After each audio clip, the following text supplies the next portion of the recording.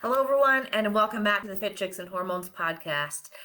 I have a special one for you today. Well, at least I think it's special. So, something that you may not really think about, but I talk about a lot. And I wish I had known a lot of this stuff sooner, especially when I entered my 40s. And I'm talking about blood sugar and how when you hit your 40s, it changes so much that it pretty much takes over control of your body and any results that you're trying to get. So, this is probably why you're not seeing things happen.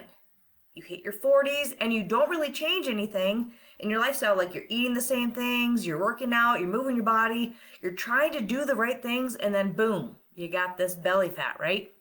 You have no energy. You crave sugar and your stress feels sky high. It's like you're now living in somebody else's body. And I remember, I was there too. I remember how that felt, and it was a scary feeling. Like, what is actually happening to my body? I don't understand. I'm doing all the same things, and all of a sudden my body doesn't belong to me anymore. Excuse me.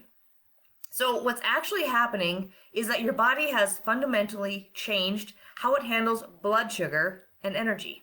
And so today I want to break down exactly what is going on, why it's happening, how it affects your weight, your energy, and most importantly, what you can do about it, because that's mainly what we want to know, right?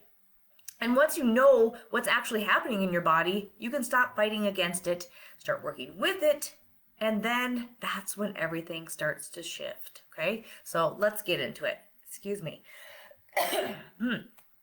Sorry about that. All right, so here's the deal. When you hit 40, your body goes through some major metabolic changes that nobody tells you about. Nobody told me that my body was going to change, that things were going to happen. I knew there was menopause, figured that I was going to hit about 50, but I didn't know when I turned 40 that my body was going to start to betray me, right? And it's like everything has changed overnight, but you're still playing by the same old rules, and you're wondering why nothing's working, because you're trying to do the same things, but things just aren't shifting the way that they used to. It's because there are 3 shifts that are happening in your body. Okay, so number 1, your hormones are changing. I talk about this all the time. And I'm not just talking about the hot flashes, the mood swings, but your estrogen and your progesterone.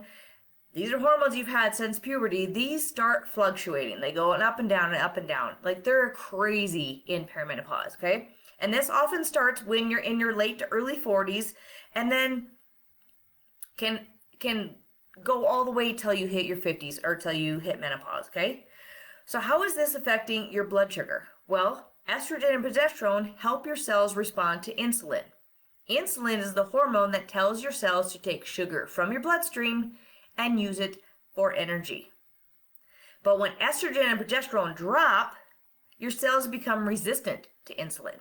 They stop listening to insulin signals like the way that they used to. So sugar stays in your bloodstream longer than it should. Okay? And that's not what we want. Number 2, your stress response amplifies. The same stress that you handled fine in your 30s now triggers big spikes in your cortisol. Whether it's work stress, it's family stress, or it's just like all the to-do list, all the things that we need to do, right? Because we're going. Your body just reacts a little bit more intensely. It cannot handle the stress like it used to. Even if you feel like the stress is the same or even less, your body is not able to handle it the way that it used to, okay? And then the cortisol raises your blood sugar. Even if you haven't eaten anything, your body thinks you need to quickly deal with a threat because of the stress in your body, so it dumps sugar into your bloodstream. So it doesn't always have to be just about your nutrition, your food. It could be about the stress that you have going on in your life that you're dealing with. That also is going to dump sugar into your bloodstream. And that was helpful, right, when we needed to run from danger, but right now, it's just causing more issues. It's not really helping us, okay?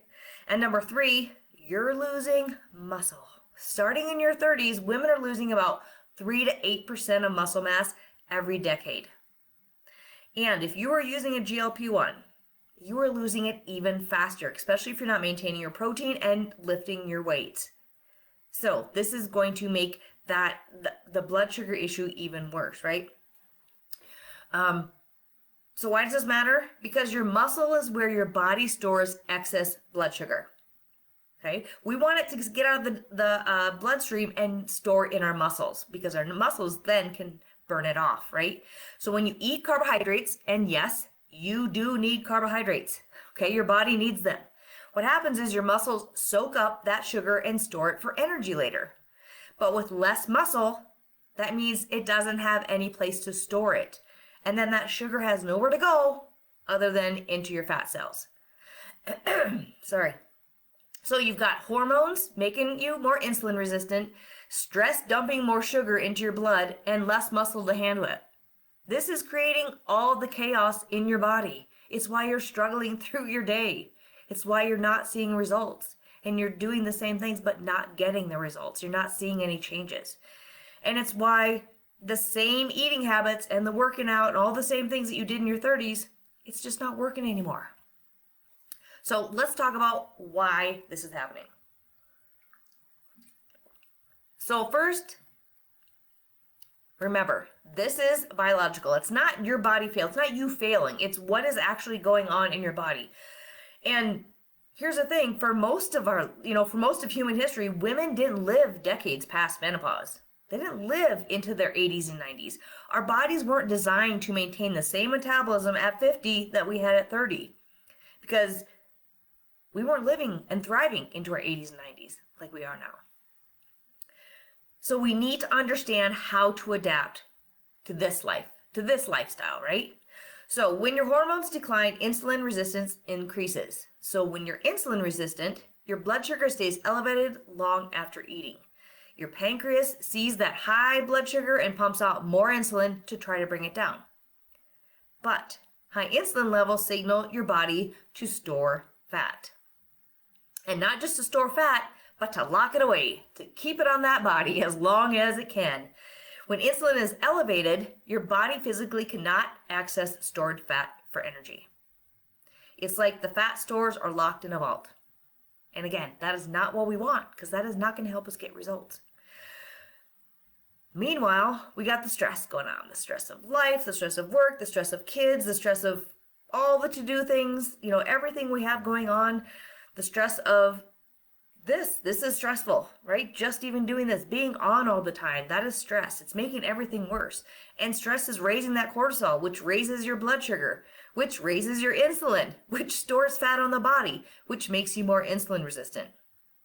Did you hear that little cycle going on, right? And then poor blood sugar leads to energy crashes. Energy crashes lead to cravings for the quick energy like sugar, carbs, caffeine, things like that. Those cravings lead to blood sugar spikes, and blood sugar spikes worsen your insulin resistance. It's a crazy vicious cycle that continues over and over and over, keeps us feeling stuck, frustrated, and ready to give up. I see it all the time with women that I talk to. But here's the thing, you can stop the cycle. You can stop it. Okay? So let's talk about if this is what you have going on in your life and you have that blood sugar issue, which if you're in your 40s, I can guarantee you do unless you're focusing on balancing it. So this is what your life may look like, okay? I want you to see if you recognize yourself in this. So first, you have weight gain around your belly area, even though you're eating the same or even eating less than you were before. You have intense cravings for carbohydrates, sweets, especially mid-afternoon or at night before you go to bed, after dinner. You're feeling exhausted after meals, particularly lunch, like you could just take a nap right where you're at. Are you raising your hand yet? You have brain fog, you have trouble concentrating, you feel mentally fuzzy, you forget everything. Yep. You're waking up between 2 and 4, sometimes with anxiety or racing heart or just uncontrollable thoughts.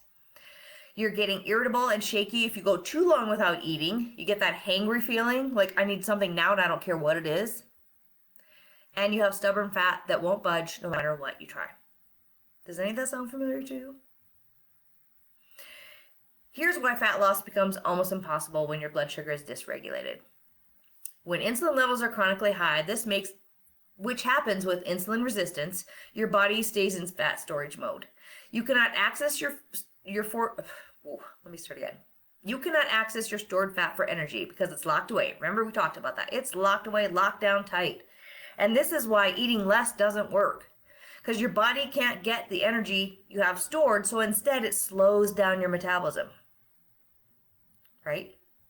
So what happens then? You end up cold, tired, frustrated, but you're not losing any weight. And then we hear that you're supposed to just keep eating less, move more, do more exercise, keep going, which actually is going to make things worse. When you drastically cut your calories, your body perceives that as a stress. We already got stress going on. Remember, our body can't handle the stress. This is more stress when you don't eat enough. I want to pound this in your head because this is the hardest fight I have with my clients right now, is eating more food. If you're stressed out, you got a lot going on in your life, you need to eat more food to support that stress response. Because you cut the calories down, you eat less, your cortisol goes up, your blood sugar goes up, your insulin resistance gets worse, you're working harder and you're getting more frustrated, and you're probably just gaining more weight. I can tell you that 9 out of 10 women that I talk to are under eating. That many. Because we've all been taught, eat less to lose weight, and we get frustrated because nothing's working, so we cut our calories, we try to eat less, we try to fast. And then what happens is you feel like crap, and you get stuck, and nothing works. I just started working with a client a couple weeks ago, probably about 2.5, almost 3 weeks ago. She was only eating 1 to 2 times a day, and she was eating low protein. So I told her, start simple. I want you to eat breakfast in the morning, because she wasn't eating breakfast. Start eating your breakfast in the morning, and I want you to have a mid-afternoon snack. So 3 meals and a snack. And then we focused on that for a week. She was hard because she's like, I feel full, and I'm like, I get it. Your body's used to you barely eating anything because it wants to hold onto everything. Then the next week, I'm like, okay, now let's focus on making sure you're getting 25 to 35 grams of protein at every single meal. And she did that. And guess what? She lost inches all over her body. Her body was so happy because it let go of inflammation, it let go of body fat. And the thing here is what I want you to pay attention to.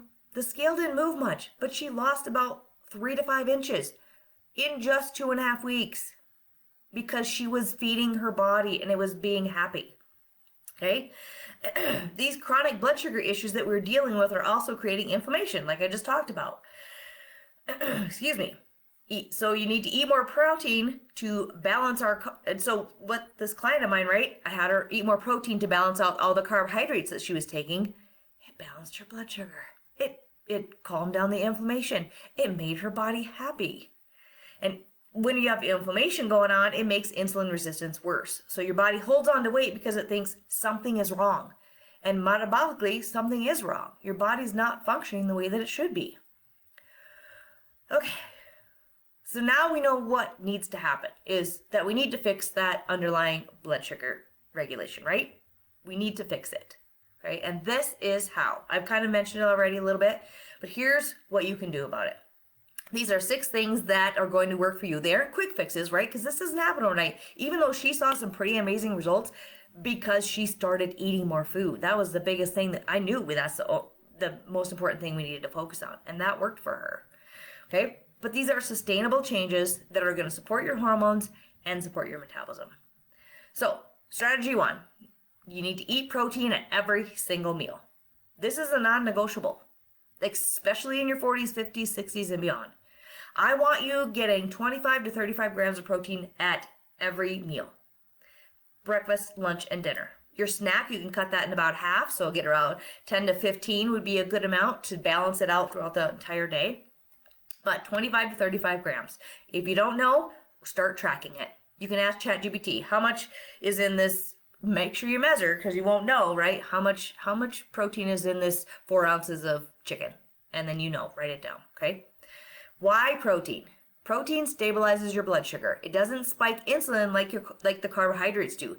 And it keeps you full and satiated, satisfied. You're not craving more. You don't need more food.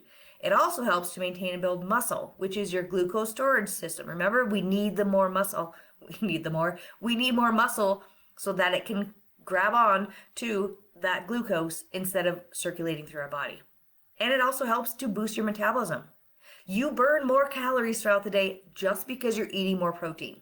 If that isn't enough for you to eat more protein, I don't know what is. The easiest way to burn more calories throughout the day is to eat more protein. So do it.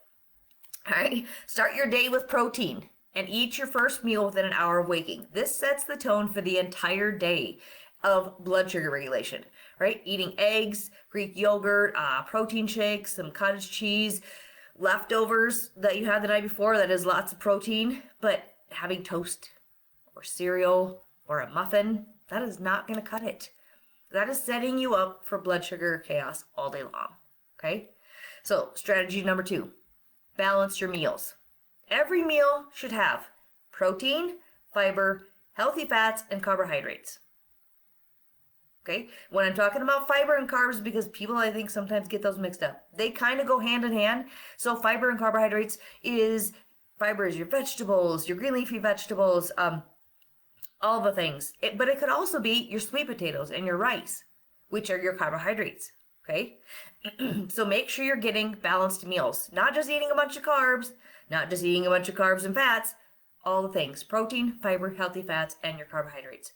This combination slows down how quickly the sugar enters your bloodstream and keeps you stable for hours. And when you sit down to eat, dig in to that protein and fiber first. A couple bites of chicken, a couple bites of broccoli, then you can eat your carbohydrates. But don't just dig into the bread, the pasta, all that first. Do some fiber and protein first. So instead of having oatmeal by itself, have some protein powder with it, add some Greek yogurt to it, or have some Greek yogurt with some berries and a spoonful of almond butter. That has all the things that you need. Instead of a sandwich, build a meal around protein and veggies first. So grilled chicken on a big salad with avocado, oil, and you could have some crackers or some bread. If you want to do a sandwich, have a salad first. Make sure you have plenty of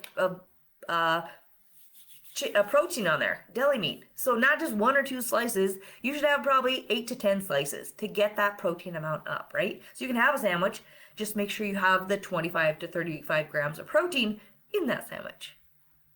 And you're not cutting out the carbohydrates because you need them. You just need to eat them strategically so they don't spike your blood sugar. Okay, so strategy number 3. Move after your meals. This is something we're working on in my metabolism reboot challenge right now, and it's so simple. The girls are doing it. A 10 to 15 minute walk after eating, especially after lunch and dinner, because these are when we are a little less active and they're probably usually bigger. This can significantly reduce your blood sugar. You don't need to go to the gym, you just need to move. So walk around the block, walk around your office, go up and down the stairs, walk in place, walk around your house while you're watching TV. Right? Do some movement. I tell my clients, do a minute of squats. Squat to your chair or squat to your couch. Easy. I had women doing that this week. Simple, right? It's something versus gobbling all of our food and then going and sitting on the couch or going to bed because we're eating too late. We want our muscles to use that blood sugar for energy, not to store in our body as fat. And you need to add in the strength training 2 to 3 times, okay? Lifting weights, using resistance bands, doing body weight exercises. You can do squats and push-ups and lunges and tricep dips and all those things. You're stimulating muscle growth, right? It doesn't matter. It's just about rebuilding and maintaining muscle. More muscle means better blood sugar control, which equals easier fat loss. And it doesn't have to be intense workouts. My workouts are about 40 minutes long. Sometimes they're shorter. Yesterday was 25 minutes. You don't need to be exhausted. You shouldn't be exhausted when you work out. You should feel good and energized. And consistency beats intensity every time. If you can only do a 15-minute workout 3 times a week, that's better than pounding out an hour of workout once a week. Okay? Or because you're trying to make up for past missed workouts. Okay? All right, and strategy number 4, you want to manage your stress. Manage your stress, ladies. I know it's easier said than done. But if you're on point with your eating, so you're eating really good, you're working out like you should, but your stress is through the roof, you're not going to see results. Chronic stress means chronic high cortisol, which means chronic high blood sugar. You can't eliminate stress. It's not going anywhere. I get that. But you can change how your body responds to it, okay? So deep breathing is the most simple thing that you can do all throughout the day. Look at that. That took less than a second. Like it just takes that little. It doesn't have to be anything extreme. It doesn't have to be hard. You just have to be consistent. Okay? Whatever it is for you, find something to manage your stress. And you also need to get better sleep. These two go hand in hand. So setting boundaries so you're not constantly running on empty. Saying no when you need to. I have learned to say no more in my 50s than I ever did before, and I can tell you, I don't feel guilty, and my body thanks me for it. Okay? Nobody should make you feel guilty for saying no. Okay? Because we should all start doing it more often. But managing your stress is not optional. Your nervous system and your blood sugar are directly connected. And when you're constantly in the fight or flight mode, your blood sugar will suffer.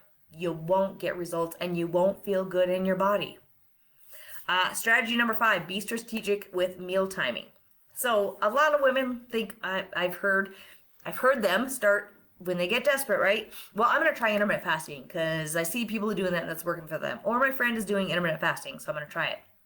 But if you're in perimenopause and older, skipping meals is actually going to make things worse. It's going to spike your cortisol. Going too long without food raises your cortisol. It can make your blood sugar swings worse. And you're going to end up binging and eating crap later on. So if you want to fast, settle for a 12-hour fast. That's all you need. That's what I'm doing with my clients in this metabolism reboot. 12 hours, that's it. Stop eating at 7, eat at 7 the next morning. That's all you need. It gives your body plenty of time to repair throughout the night. And also, eat within 90 minutes of waking up. Don't go more than 4 to 5 hours between your meals. Your body needs to know that it's safe and it's well fed, especially when you're going through perimenopause, menopause, and postmenopause. Okay, so eating regular meals. That's why I tell women 3 meals and a snack. 3 meals and a snack, mid-afternoon snack. That time when we're cranky, tired, crabby, hungry, whatever it be, have something, but make sure it's protein, okay? Protein and fiber is a good option.